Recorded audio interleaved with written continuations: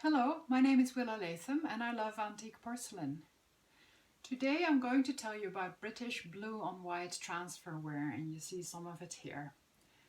Like many things, it all started in China. The Chinese have been making blue on white pottery for thousands of years, and traditionally that happened by just painting in blue ink on white pottery and then glazing it over. And this got exported to Europe and it became very, very popular. The Dutch actually copied the technique, and that's how they started making their beautiful Delftware. But the British mainly stuck to importing huge quantities of Chinese and Japanese ware. And that import was controlled by a company called the East India Company. Now, in the year 1796, something interesting happened because all that pottery was imported and then it got auctioned off at big auctions in London. And the traders at those auctions, all the London traders, they were infamous for racketeering.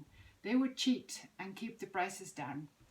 And at some point, the East India Company got so fed up with that they said, you know, you guys, we're going to just quit importing. We won't import it anymore. They just wanted to do away with the whole thing. So they stopped importing all the teaware. And that coincided with the year that import duties on tea were lifted. So that made tea more affordable, and suddenly everybody wanted to drink tea. But there were no teacups to drink from. So that created a huge opportunity, of course, for British potters. Now, Josiah Spode was one of the pioneering potters who thought, I can really make use of this opportunity, and he started to mass produce British pottery.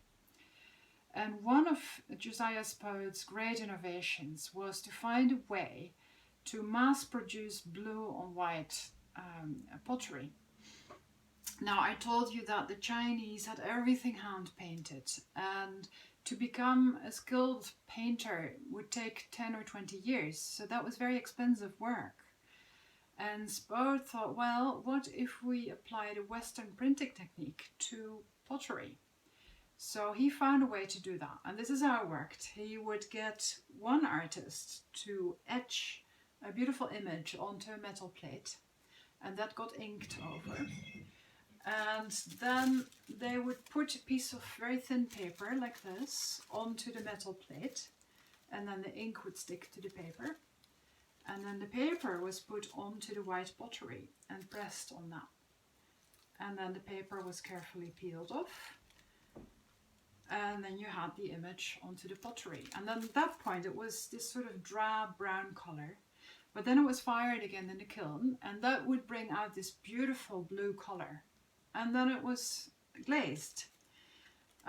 And all of that was done by very cheap labor. Actually, a lot of it was done by children. So I'm sorry to say a lot of this beautiful stuff was made by child labor. And of course, if you got one artist to make an etching, that was expensive. That could take, for a big plate like this, that could take 8 or 9 months. But then you could make up to 40,000 copies with very cheap labor. So it was a fantastic way to make cheap pottery on a huge scale and actually make beautiful images. So I'll show you a few of the things around, and I'm going to tell you more in detail about each one in future episodes, so just keep following me. It all started off with just copying, just putting together all sorts of Chinese elements, like this beautiful little plate that was made by a Welsh potter called Dylan. And you see a beautiful pagoda here, and a pagoda with a little boat in the foreground. And oh, I love this one. It's a beautiful willow tree. And then Spode, again, came up with an innovation. He made his own very typical image called the blue willow. And I'm sure you've seen this. It's a very pleasing image. And I'm going to tell you the full story about this image in a future episode. Now, Spode also came up with some other lines that became very fashionable. One of them is the Greek line. This was the period in the early 1900s that people got very fascinated rediscovering Greek mythology. And here you see a beautiful plate with Zeus in his chariot. and the horses, and he's throwing lightning. It's a thunderstorm, and the horses, of course, create the thunder with their feet. That became very popular. And another line that Spode made was the Indian sporting series. That was all inspired by the British Empire. You see, it's all very tropical. It's all to do with wild animals and hunting, all very manly stuff. Now, it wasn't only Spode who made all this stuff. Everybody started copying him. For instance, these willow plates here are Welsh as well. They were done by Dillon. And I'll point this beauty out to you. This beautiful plate was made by Minton, and it's very special. It's got a Greek myth on it. Here's a lady having her toilette with her two helpers. And it's got something very special here, this little thing here. Because here's a Freemasons sign, and this is a very European looking landscape. Now, we don't really know what it means, but it was clearly made for the Freemasons. We know that Minton did work for the Freemasons, and in case you don't know who they were a very secretive cult, partly Christian, partly humanistic. They did a lot of charitable work. They're still going, and it's very secretive, and a lot of the societal elite were part of them. Now, I told you that it could take up to 8 or 9 months to make a copper plate of this. And ideally that would then be used 40,000 times. Now, this couldn't have been used many times because there weren't that many Freemasons.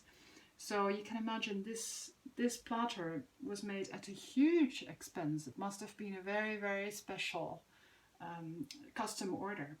And there's all kinds of muses here and another chariot. I think Zeus is in there.